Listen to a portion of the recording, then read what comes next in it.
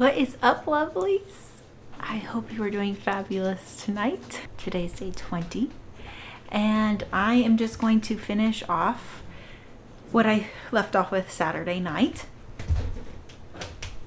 These are the potatoes that we finished off with. The bottom here is quite cloudy, but that's because I didn't put any vinegar. Now I'm gonna go ahead, it's 9:30. I'm gonna go ahead and start this pot. I'm gonna put water in it again, and we're gonna boil them once again, just like the last video. I'm gonna go ahead and I'm gonna boil them for 10 minutes. These have been sitting in my fridge for days now, like 4 or 5 days. I'm gonna rinse them, and then I'm gonna go ahead and put them in my canner. Alrighty guys, also, so this is getting pretty warm. That way you can see the steam coming. So I went ahead and started my pressure canner. I have 3 quarts of water in there, and then I also put 7-quart jars because that's what will fit in my pressure canner. And I just filled it about halfway full with water. That way it doesn't jiggle around in there, and it can heat up those jars. So whenever I have my potatoes done, I'm going to get those done. Now, so I got this ready, I'm going to go ahead, I'm going to get my kettle going. And in this far one, I'm going to go ahead and get my lids. Now, with the lids, you don't want to get them boiling. You just want, I put it on low just to soften that up. Soften the rubber up. You don't want to boil it because then that could ruin the rubber. Also, I don't think I've ever mentioned on any of my videos, but people will sterilize their jars for 10 minutes in boiling water, which is perfectly fine. It really is. I don't do that because all of my recipes that I use are over 10 minutes. So if your recipe calls for like canning for over 10 minutes, then you don't have to, because they're already going to be sterilized in the canners. You do want to make sure that they are clean though, so that is why I use hot soapy water, and then I go ahead and I'll put them in here. Sometimes I'll just leave them in my sink to keep them hot. Alright, so if you do it like this, flip them, it makes it way easier to get them all out.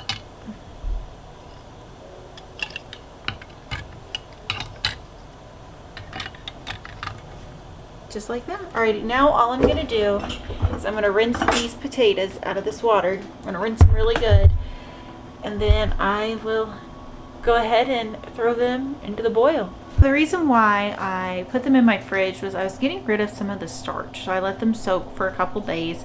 I'm thinking if I tried this again, I might go ahead and rinse it every day, see how that goes.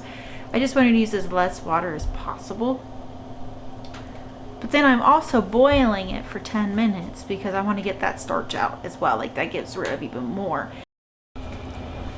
Also, I'm going to go ahead and leave a link in the description below about the pressure canner, just kind of going over the basics of it. That way I don't have to do it in every video. And it will have the time lapse down in the description below as well, so you can just skip right to it if you don't want to see the whole video. Alright, so I went ahead and I got everything that I'm going to need. I have a clean rag, I've got my funnel, I got all of my lids, they are clean. And then I have my, this right here, my debubbler, my magnetic lid picker-upper stick, and then I have my jar lifters. And got everything ready. That way it's boom, boom, boom. Once I take my jars out, I can go, go, go. So my timer just went off for my boiling potatoes. So I'm going to go ahead, pull these jars out, and then I'll be getting the potatoes. I'm going to go ahead and fill my jars. I'm going to go ahead and leave 1-inch headspace on them. I forgot my ladle, you guys. So I didn't have everything, but pretty close.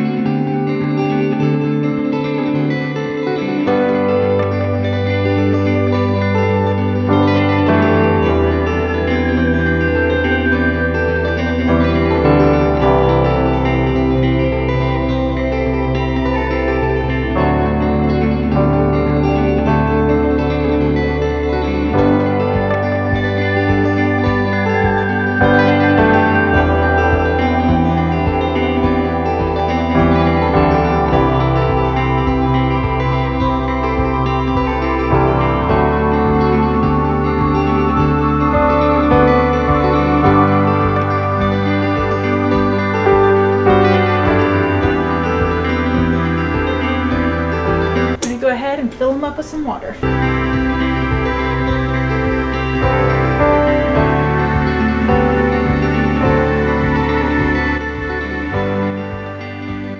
I only had enough for 6 jars to be completely full of my boiling water, so I went ahead and I got another thing on there of the water. It won't take very long at all. I'm gonna go ahead and debubble these and then get the lids on, and then by the time that's ready, all that will be done. Now we're gonna debubble.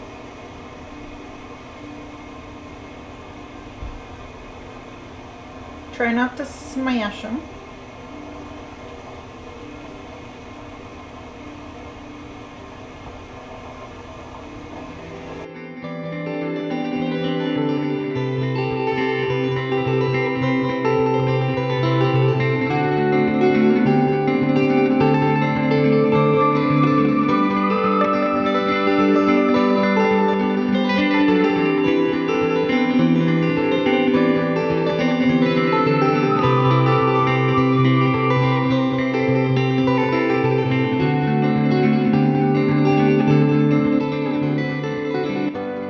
Now we're going to take our clean rag and we're going to dip it in our hot warm water here.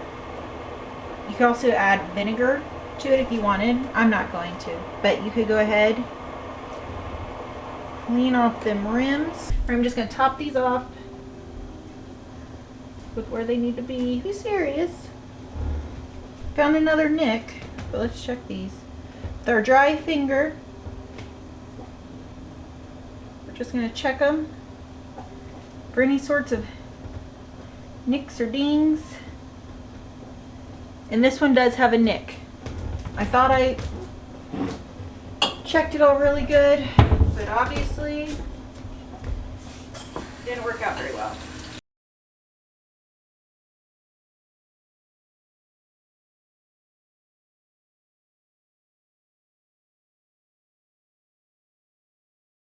Honestly, they might not have siphoned because this one was completely full to the rim of the water where it needed to be. And now I need it up even more. Like a lot more. About where those are actually. I'm gonna take our metal, our magnet stick here. Pick up our lids. Place them right there.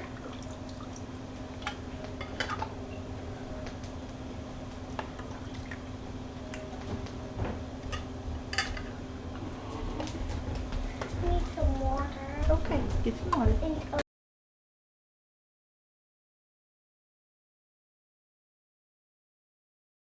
These are finger lid tight. Just twist them. See how I could kind of twist that too? That's a good example that I would show. Careful, sissy. Oh, the same. Alright, now I'm going to go ahead and I'm going to put these in my canner. Alright. Okay, so I have my steam coming out. Beautiful steam for 10 minutes. So I'm going to go ahead and I'm going to put my pressure regulator on my vent and wait for it to come up. I'm going to be using my PSI for pounds of pressure for 11 on my dial gauge. So once it gets to 11, that's where I'll start my time. You don't want it, if it goes under, you have to restart your time. And if it goes above, it doesn't matter. Just try and get it back down below. It'll still just process fine. It just processes a lot hotter and it could damage the quality of it. So just keeping it in that area. Go ahead and check it out. I'm excited. Let's see. You do see some of the ginger bug floating in there, but I heard that that was okay. And there's like some sediment in the bottom, and I heard that's okay too.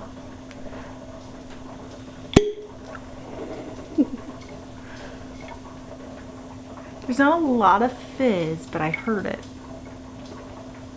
Let me taste it. There's like no carbonation in this.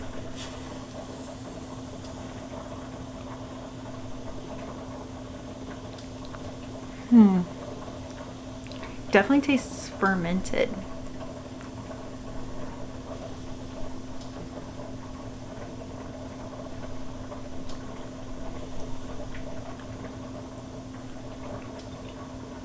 It doesn't taste like a cream soda like I'd get at the store though. It tastes good, just not a fermented cream soda.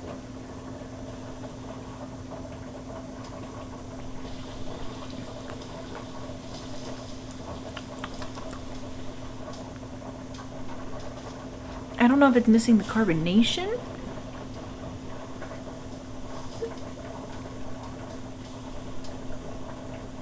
So what she did was she did it every day.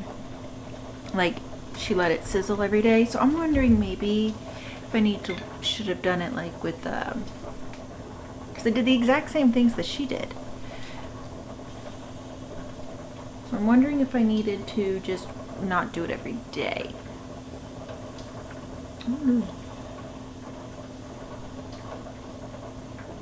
Let's check the other one. I heard a little bit of a ch, but not much. That one doesn't smell like. This one has like a little bit more carbonation. So I figured out what it tastes like. Watered down soda. Like one that's been open for a couple days. Any of you guys ever done homemade soda? Comment below how much longer I should hold out on this.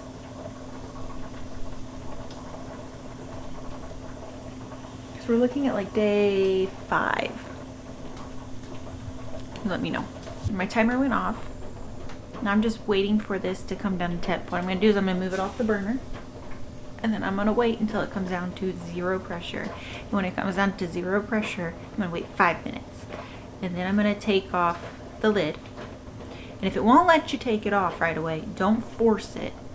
Come back a couple minutes and it should let you take it off. Anyways, after that, go ahead and after 10 minutes with the lid off, I'll let it set. And then I'll transfer it over to my counter.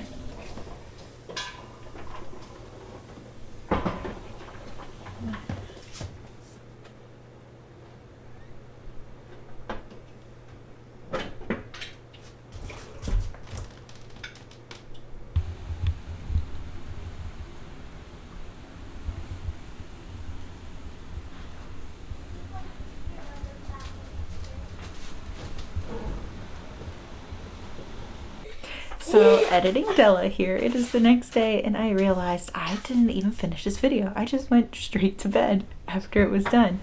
That was it. That was fun. We finally got the potatoes done. So now we know that about 20 pounds makes 14 quarts of potatoes. I hope that you lovelies have a great day and I will see you guys tomorrow. Bye.